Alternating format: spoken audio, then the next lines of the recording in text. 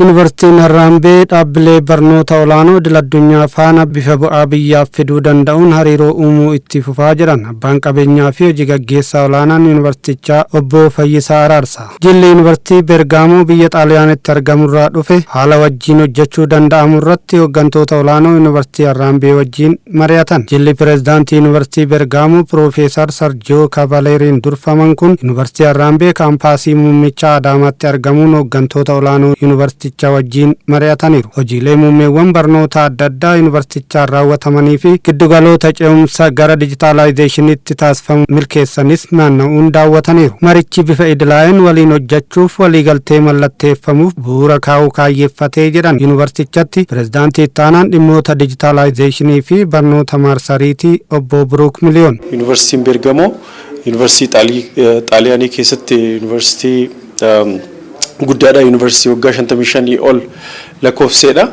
Yuunivarsiitii kana waliinis keessattuu dijitaalaayizeeshinii irratti waliin hojjechuudhaaf waliigaltee hin raawwatama. Har'a walitti dhufeenya jalqabaati. Itti aansee immoo keessattuu dijitaalaayizeeshinii irratti biizines and maaneejimenti irratti sagantaalee PhD irratti sagantaalee maastersii irratti leenjii garagaraa irratti haala ittiin waliin hojjechuu dandeenyu irratti ibsi jalqamaa godhameera, waliigaltee irra gahameera.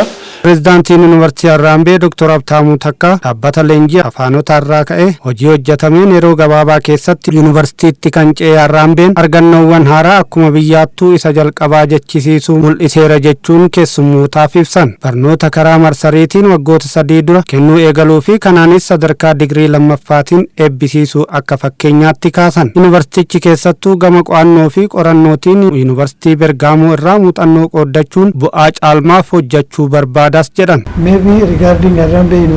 Yuunivarsiitiin Harambee erga hundeeffamee yeroo dhiyoo ta'us hojiilee adda durummaan ittiin waamamu keessattuu rakkoo Covid uumeen qaamaan wal arganii barnoota kennuu dadhabuun rakkoo uumamerraa yaada karaa marsariitiin barsiisuu fideeraa kanumaanis akka biyyaatti isa jalqabaati.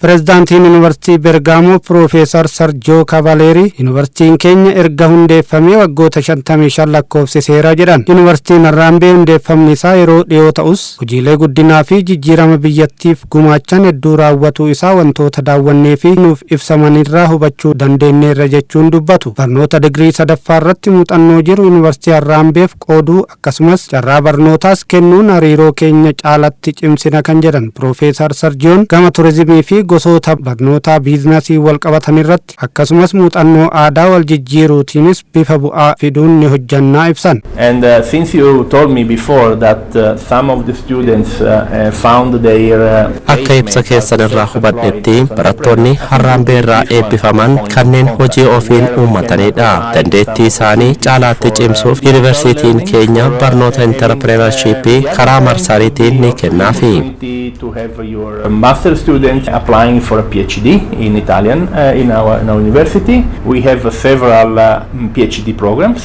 Hojii gaggeessaa olaanaa fi abbaan qabeenyaa yuunivarsiitii Harambee obbo Fayyisaa Araarsaa yuunivarsiitiin keenya dhaabbilee barnootaa olaanoo idil-addunyaa wajjin hariiroo uumuu itti fufaa jedhan. Hojiin yuunivarsiitota ardii Eeshiyaa keessattuu kan biyya Indooneeziyaa wajjin raawwatamaa jiru kanaaf fakkeenya ta'uu eeran. We have affiliations with Asian universities. Yuunivarsiitota Indiyaa, Kazaakistaan akkasumas Indooneeziyaa waliin walitti qabeenyaan hojjechuun keessumattuu yuunivarsiitota biyya keenyaa fi kanneen biyya Indooneeziyaa wajjin hanga kitaabota maxxansuutti deemneerra. Yuunivarsiitii Bergaamoo wajjinis bifa ce'umsa yuunivarsiitii Harambee akkasumas jijjiirama biyyaaf gumaachuun hariiroon akka uumamu kaasan obbo Fayyisaan. Yuunivarsiitii Bergaamoo wajjinis hariiroo barattootaa cimsuu akkasumas barsiisotaa fi hojjettoota gidduutti muuxannoo qooduu fi kan biroottis waliin hojjechuu dandeenya.